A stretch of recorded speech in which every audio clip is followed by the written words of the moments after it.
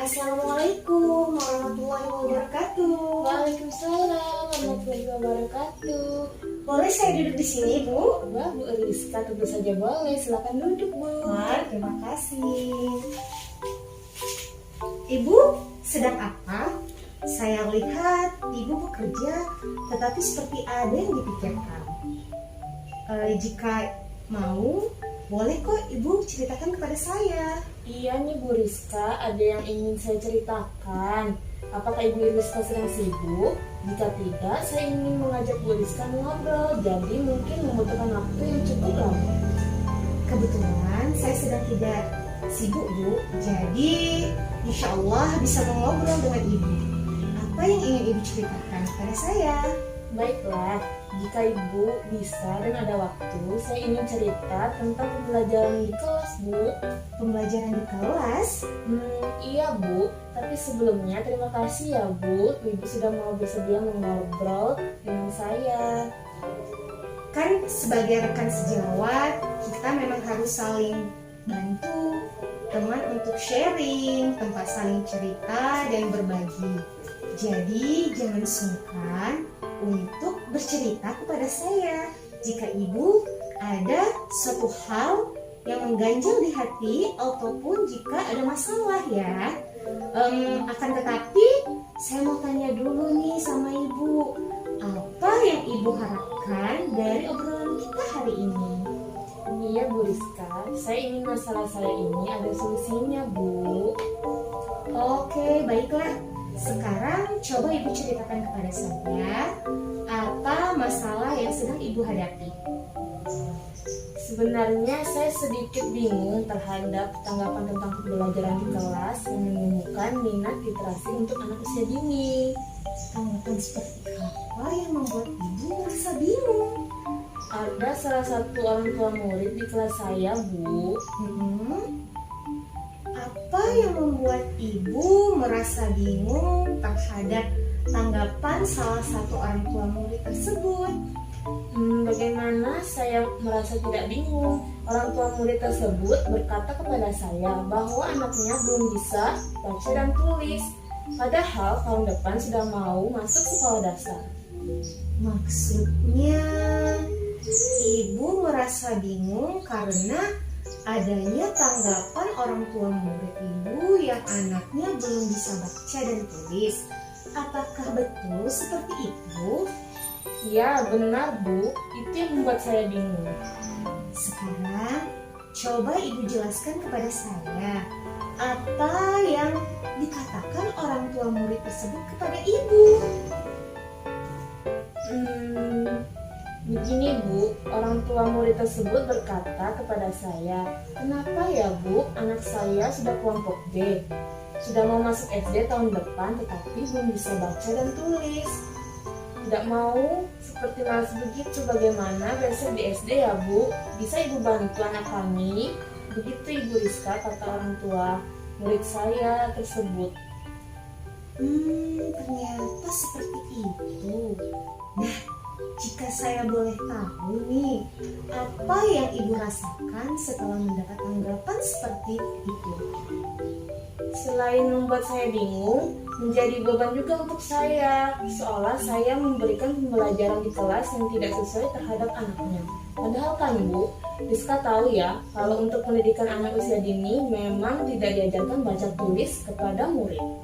Benar sekali Bu, bahwa anak usia dini memang tidak diajarkan baca tulis secara langsung, tetapi memberikan pembelajaran dengan cara bermain. Tentunya, jadi bagaimana Ibu mengatasi jika ada pertanyaan orang tua murid seperti itu lagi? Sebenarnya tidak semua orang tua murid yang ingin anaknya bisa baca tulis di kelas, tapi karena adanya tanggapan seperti itu dari salah satu orang tua murid, jadi saya pikir harus ada solusinya Bu. Oh, kalau saya boleh tahu nih Bu, apa usaha yang sudah Ibu lakukan dalam menyelesaikan masalah Ibu ini? Sebenarnya saya sudah berusaha Bu menjelaskan kepada orang tua murid tersebut bahwa untuk pendidikan anak usia dini belum diajarkan pembelajaran baca dan tulis. secara langsung. Tetapi kita sebagai pendidik kelas tentunya merancang dan membuat pembelajaran melalui kegiatan bermain dan membuat pembelajaran yang menstimulus perkembangan peserta didik dari 6 aspek perkembangan yang sesuai dengan kebutuhan peserta didik. Setelah saya sampaikan penjelasan tersebut, orang tua murid tersebut sudah mulai memahami tentang pembelajaran untuk anak usia dini. Tetapi tetap ingin saya membantu anaknya agar tidak malas lagi, Bu. Seperti itu. Lalu apakah ada usaha yang lain lagi yang telah Ibu lakukan agar minat literasi peserta didik dapat tumbuh sejak dini di kelas Ibu mengajar, dan seberapa efektif menurut Ibu? Ada, Bu Rizka. Tentunya di kelas kita sebagai pendidik memberikan pembelajaran yang menstimulus peserta didik sesuai dengan perkembangannya. Untuk pengenalan dasar keaksaraan tentunya bisa dilakukan dengan bernyanyi abjad ataupun bernyanyi yang lain yang sesuai dengan tema. Lalu dengan bermain kartu huruf dan angka, bermain tebak gambar, bermain sambung cerita sesuai gambar, dan masih banyak permainan lainnya. Nah, itu dia. Ibu tentunya sudah memberikan pembelajaran yang dapat menumbuhkan minat literasi anak sejak dini dengan melalui kegiatan bernyanyi dan melakukan permainan yang mengenalkan tentang keaksaraan dasar kepada murid. Terus, apa rencana yang akan Ibu lakukan selanjutnya? Iya, benar, Bu. Tentunya pembelajaran dengan kegiatan asik dan menyenangkan untuk peserta didik sudah diberikan. Tetapi sepertinya memang perlu melakukan kegiatan pembiasaan lainnya agar minat literasi peserta didik benar-benar tumbuh sejak dini. Seperti yang pernah Bu Rizka sampaikan pada saat sharing di komunitas praktis saat itu tentang metode bercerita dan mendongeng yang mengasyikkan bagi anak. Nah, iya. Itu Ibu sudah menemukan jawabannya dengan melakukan kegiatan dan pembiasaan kegiatan yang asyik dan menyenangkan seperti bercerita dan mendongeng. Tentunya akan menjadi salah satu stimulus yang baik bagi anak. Terus apa rencana lain lagi yang akan Ibu lakukan? Ada, Bu Rizka. Saya akan mencoba membiasakan setiap awal pembelajaran dengan bercerita, Bu.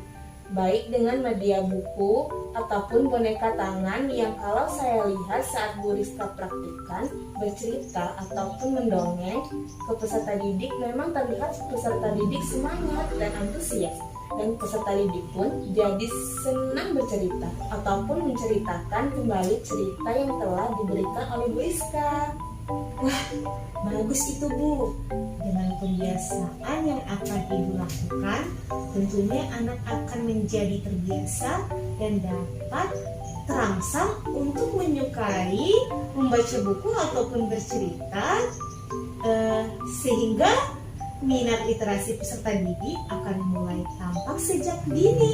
Sekarang coba Ibu sebutkan kembali kepada saya apa saja tadi rencana yang akan Ibu lakukan. Yang pertama, memberikan pembelajaran yang menstimulus peserta didik sesuai dengan perkembangannya. Untuk pengenalan dasar keaksaraan tentu bisa dilakukan dengan bernyanyi abjad ataupun bernyanyi yang lain yang sesuai dengan tema. Lalu, dengan bermain kartu huruf dan angka, bermain tebak gambar, bermain sambung cerita sesuai gambar, dan masih banyak permainan lainnya. Yang kedua, akan membiasakan setiap awal pembelajaran dengan metode bercerita ataupun mendongeng, baik dengan media buku, gambar, boneka tangan, ataupun media lainnya yang menarik bagi peserta didik. Rencana Ibu sangat menarik, dan itu merupakan komitmen yang harus Ibu lakukan ya, agar tercapainya harapan Ibu.